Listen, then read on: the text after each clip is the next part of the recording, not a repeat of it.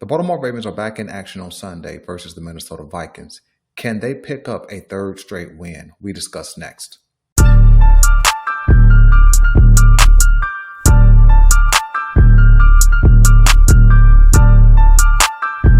Hey, what's happening? Welcome back to The Bald Perspective. Let's talk. The Baltimore Ravens are traveling across the country Sunday to face off against the Minnesota Vikings. And I believe personally, it is the best team we're going to face post the bye week thus far. Yes, we beat Chicago at home, a team that was hot and coming in confident. And we were led by Tyler Huntley, and we got that win. Then we traveled down in a short turnaround to the Miami Dolphins, and we banged them out too. And start feeling really good about ourselves. 2-5, and then 3-5. Sunday, can we move to 4-5? 4 wins to 5 losses. It's crazy to even think about the Baltimore Ravens being in a spot where we only have 3 wins going into a 9th game. But nevertheless, our reality is our reality. I'm done talking about how we got here. I'm done talking about what we did not do at the trade deadline, because the past is what? Just that, the past. And so the question is, what can we do now? Can the Baltimore Ravens really make a second half push? Can the Baltimore Ravens begin to right all of the wrongs that we saw?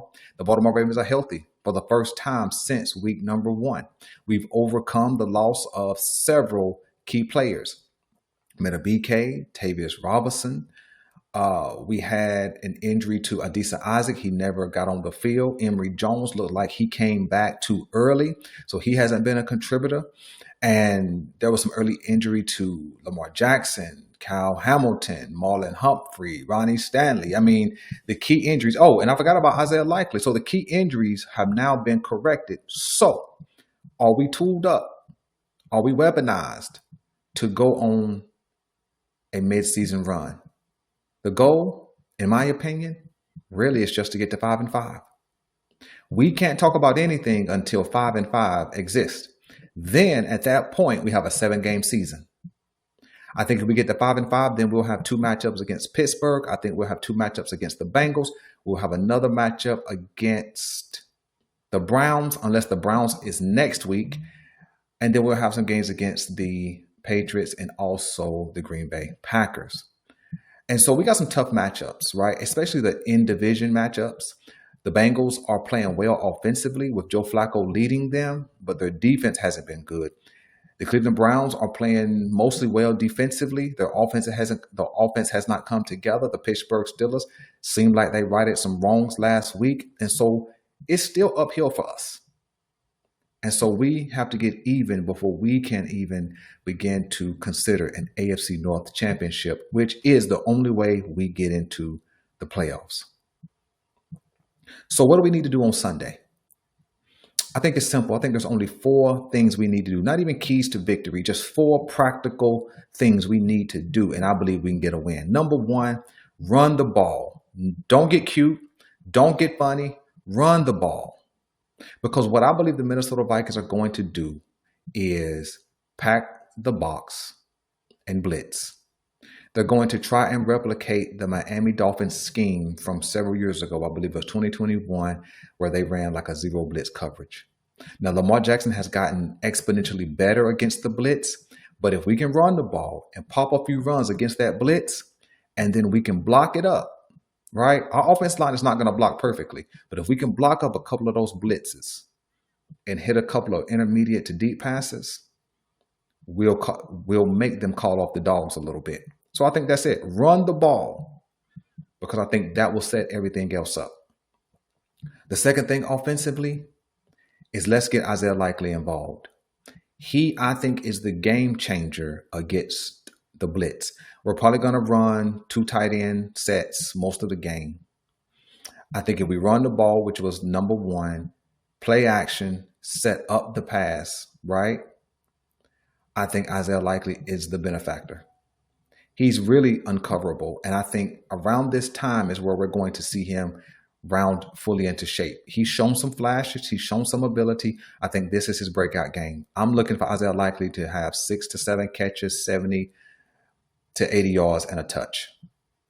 And I think if Isaiah Likely gets going, the rest of the pass game falls in line. I think this is a simple game. If we don't screw it up from a coaching perspective, if we establish the run, set that play action up, I think we're going to be fine offensively. I think we can put up 28 points against this defense. Now, this defense is solid. It has some good players all over the field, but I do believe that we can put up at least 28 points against this defense. Now, let's jump to the defense side of the ball for the Baltimore Ravens. And so what we're going to talk about over here, man, is stop the run.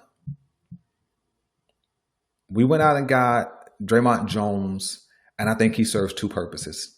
He's a big-bodied edge who can do some things in the run game, and he's a guy who's shown that he can bend the edge a little bit.